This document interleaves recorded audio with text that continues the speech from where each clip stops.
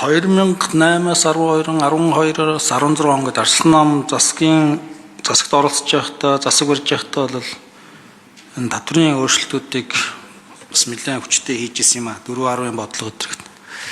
Тэгээ гол санаа нь бол нөгөө татвар төлөгчийнхөө суурь одоо өргөсгөх яаж одоо олон татвар төлөгчтэй болох вэ гэдэг ийм чиглэл рүү томох алхмууд хийжсэн. Тэгээ сүүлийн жилүүд бол энэ татварын ачаал нэмэгдснээс болоод суурьч нь өөрөө ширгээд ингээ одоо хэцүү байдалд орж байгаа учраас буцаад маш олон аж ахуй нэгжүүд татан богдоод татвар төлж чадхаа болоод жижигрээд ингээд ийм болсон учраас ингээ буцаад бас өөрчлөлт хийх гэж оролдож байгаа шиг байна. За би бол энэ татврын хууль энэ талаар ямар өөрчлөлт орж байгаа талаар аж ахуйн нэгжүүд хүмүүс ч гэсэн тэр маш их сонирхож байгаа учраас дахин асуугаад яг ямар өөрчлөлт орж байгаа юм бэ гэдгийг хэлүүлээд баймаар санагдаад байна. Би өөрөө одоо мэдж явахаасаа илүү аж ахуйн нэгжүүд энэ өөрчлөлтийн дагуу бас ажлаа төлөвлөдөг. Тийм учраас одоо энэ татвар төлөлтийн чи яг үндсэн концепц нь юу юм? Яг ямар хуучлаас өөрчлөлт орж байгаа юм бэ гэдгийг нэг дистраллуулаад хэлээд өгөөч гэж хүсмээр байна. Мэдсэн сайд хариулъя. За Эрдэнэ мөрийн гишүүнийхээ асуултанд хариулъя.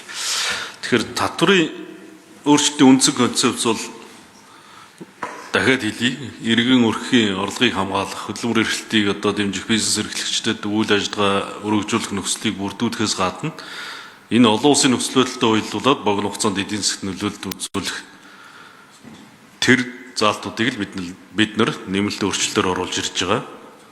За хуулийн төслийн хүрээнд нийт иргэн аж ахуйн нэгжүүдийн татврын ачааллыг 2.2 их найдаар бууруулнаа. За татврын ерөнхий хуулийн дээр бол одоо бид нар ямар өөрчлөлт орж ирж байгаа нэхэр татвар төлөгчийн хууль дагуу мөрдлөлтийн төвшнийг үнэлэх хариуцлагатай татвар төлөгчийг дэмжих механизмыг бий болгож хууль тогтоомжийг одоо сайн дураар дагаж мөрдөхөд нь одоо чиглэсэн тогтолцоог хэрэгжүүлье. За татврын өргөдүүлэх ажиллагаанд татвар төлөгчийн санхүүгийн чадамж, бизнесийн үйл ажиллагаанд учирч болцсохгүй хүндрэл эрсдлийг одоо харгалзан дансыг бүхэлдэн битүүмжлэх бус орлогын тодорхой хувийг суутгах дансыг хэсэгчлэн битүүмжлэх замаар одоо татврын өрийг төлөвлөх боломж өгөхөй зохистой үе шаттай арга хэмжээ авдаг болёо. За татвар төлөгчдийн их хэмжээний алдан тооцоолох эрсдлээс хамгаалах зорилгоор алдангийн дээд хэмжээг иргэний үйлдэлтэй нийцүүлье. Нийт үндсэн төлбөрөөс 50%-аас хэтэрж болохгүй гэдэг. За татврын хяналт шалгалтаар ногдуулсан ногдуулалтын актын алдан торгуулын татвар төлөгч маргаан таслах зүйл шүүхэд гомдол гаргасан тохиолдолд одоо гомдол шийдвэрлэхдээс өмнө татврыг нэхэмжлэхгүй байх ийм зохицуултуудыг оруулж ирж байгаа. Мөн одоо тайлангаа задруулах хугацааг нь 2 жил болгож нэмж өгч байгаа. За татврын алба хоорондын татврын зорилгоор автоматар харилцсан мэдээлэл солилцох тэр стандартыг хэрэгжүүлэхтэй холбоотой үүргийг хэн хэрэгжүүлэхийг шаардлагатай одоо мэдээллийг бүрдүүлж уг мэдээллийг тогтсон хугацаанд нь олон улсын жишгт нийцсэн хэлбэрээр нь бусдад гишүүн орнд хөрвүүлэх наривчсан зохицуултыг батлах эрхийг холбогдох байгууллага эрх үхий этгээд нь болгоё гэдэг ийм зохицуултыг татврын ерөнхий хуулийн дээр оруулж ирж байгаа. За ерөн зүгээр хуулийн хүрээнд бол би дахиад хэлээд байгаа гэсэн учраас дахиад хэлье. Хуулийн төслүүдийн хүрээнд нийт иргэн аж ахуйн нэгжүүдийн татврын ачааллыг 2.2 их найдаар бууруулнаа. Цалин хөдөлмөрийн хөсөлтийн орлоготой иргэдийн хувьд буюу хөдөлмөр эрхэлж байгаа иргэдийнхээ сарын цалингийн 792 мянга хүртэлх орлогод ногдох албан татврыг орлогын албан татврыг бол 100% чөлөөлье.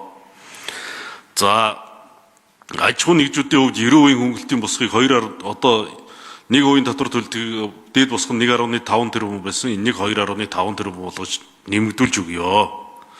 За томоохон аж ахуйн нэгжүүд маань 6-аас 10 тэрбумын ашигт 15% татвар ногдуулах босхийг дунд нь оруулж өгье. Энд чинь шууд 6 хүртэл одоо 10 түүнээс дээшээ 25 байсан. Энэ хоёрын дунд одоо 15 гэдэг шатлыг оруулж өгье.